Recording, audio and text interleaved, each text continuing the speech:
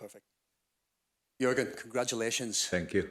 If you bear with me, this might take a while, but Premier League, Champions League, Club World Cup, Super Cup, League Cup, now FA Cup. What tribute would you like to pay to this team? Well, yeah. I know that my team knows exactly what I think about them. That's the most important. This is again a trophy for the whole club, of course for the team, but for the whole club. And we saw before the game already what it means to the people, because our hotel is pretty central. We saw them all partying already since this morning when we came into the stadium and looked in all the faces. Like when we came with the bus, you could see what it means to the people. Then you on a pitch with the performance, you saw what it means to the players. So that we could make it is absolutely out of this world. It's unbelievable. It's massive.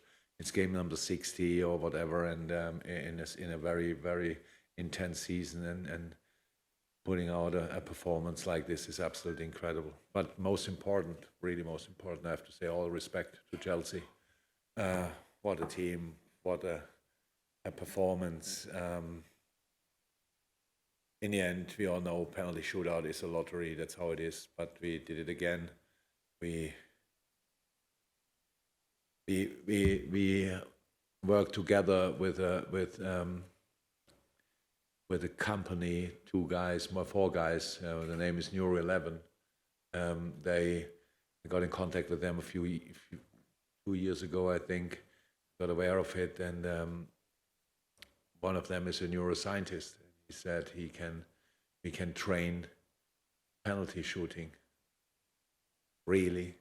And I said, that sounds interesting, come over. German guy, we met, we worked together, and this trophy is for them obviously as well, like the Carabao Cup was.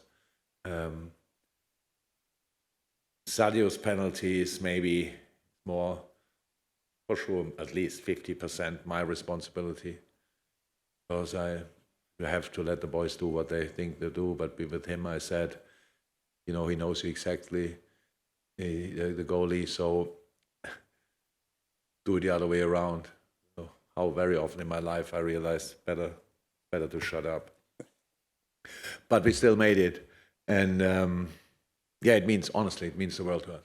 Honestly, it is like this. It's massive. It's difficult. It was difficult. The first 25 minutes were the best 25 minutes we played ever against Chelsea. We played an incredible game, but we didn't score. And then it's clear, then Chelsea, with the quality they have, they find a way back in the game. They did that, but like ups and downs in the game. They had their chances. We had massive chances. None of us used them. And so penalty shootout is a logical thing. And doing it like this feels good, but gives you more a sense how hard it must be for the opponent, because it would have been extremely hard for us in that moment after 120 minutes and losing like this. So honestly, my honest respect to Chelsea and what they did. It means this extraordinary quadruple push is still alive. How do they keep doing it at this stage of the season so relentlessly? I said before that the quadruple thing, it's absolutely outstanding that we have to or can talk about it. It's like crazy, but we sit here now. It's already 9:20 if my watch is right, and we play on Tuesday night against Southampton. So I have no clue, really no clue in this moment who I can line up. So. I think we will have to make a few changes, and then we will go there. Southampton last home game of the season for them. They don't want to lose the last home game, and that will be incredibly tough. So the quadruple is on if you want, but off as well because of the situation we are in. That's how it is. But that's not important in the moment, to be honest. It's just that we won now both domestic cups. That really is special. Really special. Trent Alexander-Arnold is the youngest player ever in the incredible history of the Premier League, if I'm right. The first player who won all 6 major trophies at 23. 23. The youngest, yes, not the old, the oldest, but the youngest. It was madness. And so many special stories. And after the game, I said to Thiago, if I would have known what a player you are, I would have signed you 4 years earlier. I said, you taught me running. I take that. Well, I didn't. That's fine. It's fine. But he could obviously already play football pretty well, but he learned running in Liverpool. That's fine. And so many special stories. Jordan Henderson, obviously, and these kind of things. It's really cool. James Milner, at a quite advanced age, having such an impact on a football team. I could obviously now name like. Let me say we have to change more early, which is not cool. But I think it was my decision. It was precaution. Mo said, "Yeah, I feel something. I can carry on." I said, "Yeah, no.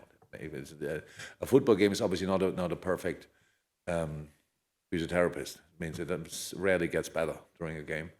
Then Verge stands with me and says, "I feel something, but it's fine. I think so." We make a decision together, so he stays on. But it was clear when we don't make it in 90 minutes, he have to go off. Then you can bring Diogo Jota and Joel Matip in this moment. That's the best situation I've ever been in as a coach, to be honest. That's absolutely outstanding. That's why we had the chance to go for it. It was difficult. We know that. It was lucky. We know that. But we deserved it as well, and that's really cool.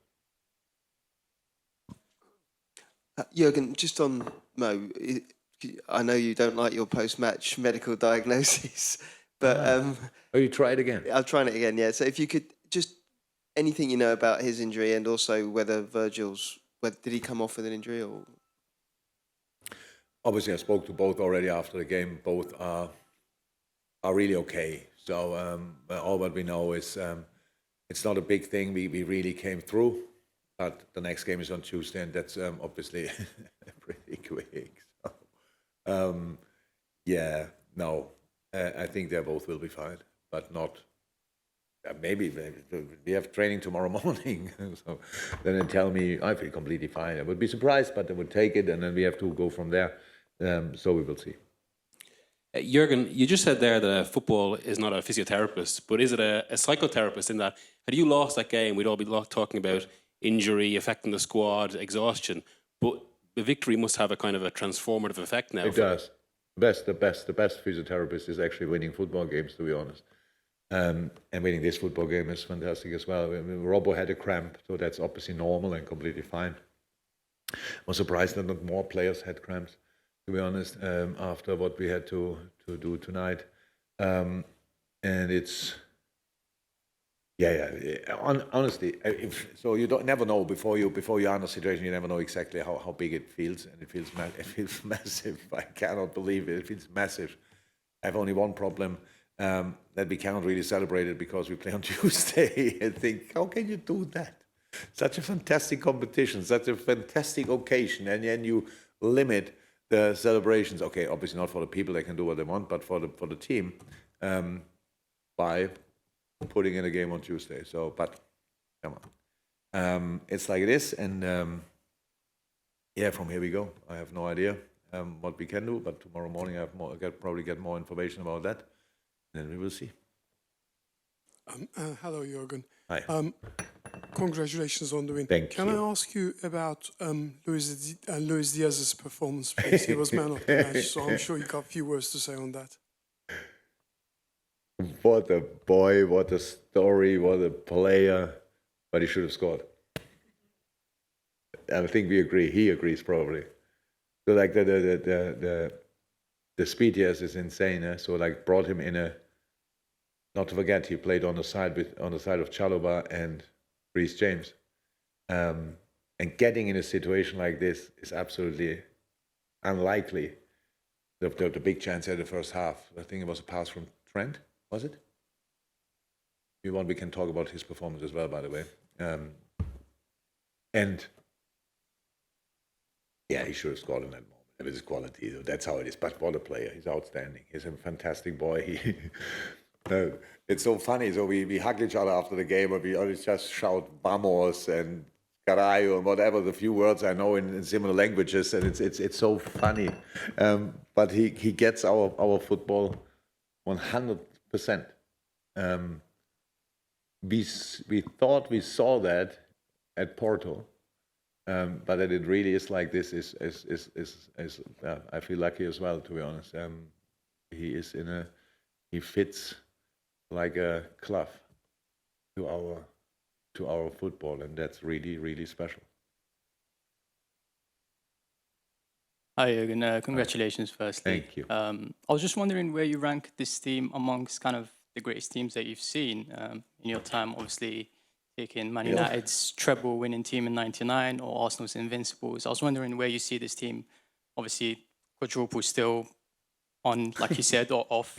So I was just wondering where you see this team.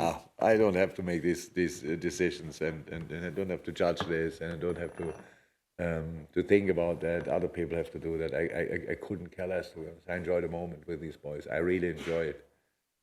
We are so incredibly close with each other and with our fans. It's a pure joy to be part of this club in the moment, and a lot to come and a lot to play for. We all know that, but for tonight, I decided I take that and just enjoy this moment and don't think about the next challenge we're facing. And because it's really special. It's really special. Imagine how think yourself like 20 years ahead, and then you look back and you will say, yeah, Jordan Henderson probably is then a pundit, or maybe not even a pundit anymore, because you always thought that makes no sense anymore. So in 20 years, and then he's the captain of the only Liverpool team so far. Hopefully not the only, because maybe we can do it again, which will be completely ridiculous. But he was the first captain who won all 4 trophies. As an example, the Trent story, all these other stories,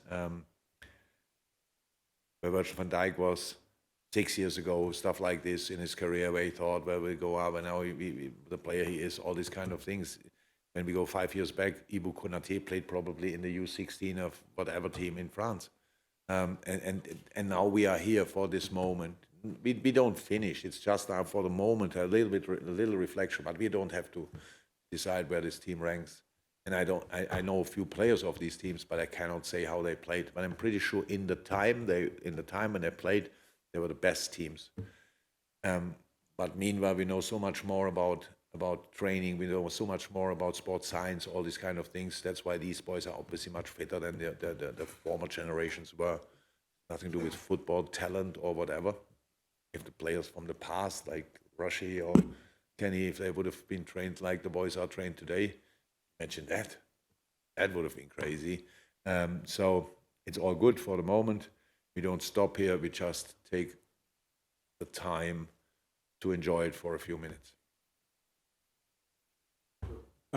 Jurgen, congratulations. You said earlier the quad is on, it's also off, but do you get the feeling that if there is one group of players that can do it, it's this group, such is the spirit in the camp? So I'm not 100% now in the subject, but let me say it like this. I think it's City is in this moment, right, 3 points up, and what is it, 7 goals? 7? 6, 7? Nobody knows here. You are really interested in quadruple. Thank you very much. So let me say 5 or 6 goals. So now they win tomorrow. With all respect to West Ham, of course West Ham can win against City. That's a massive game. But they win tomorrow 4-0. Then it's 6 points, right? Before we started Southampton and 12 goals. Huh? Yes. So then we have to win both our games. They have to lose a game, and we have to. So it's silly, right?